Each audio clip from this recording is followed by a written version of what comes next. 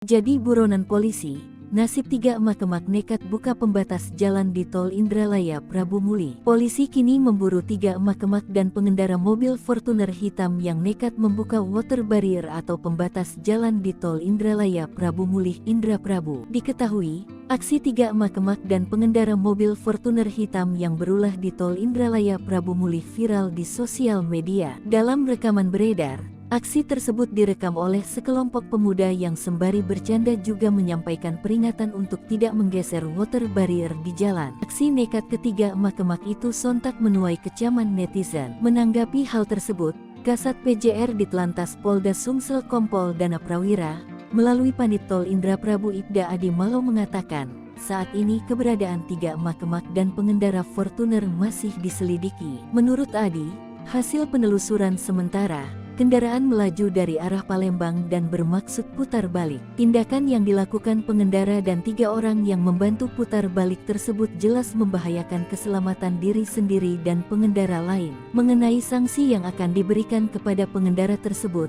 Adi belum dapat menjabarkannya. Kalau soal sanksi, itu nanti. Kami masih mengidentifikasi kendaraan, baru tindakan selanjutnya, ujarnya.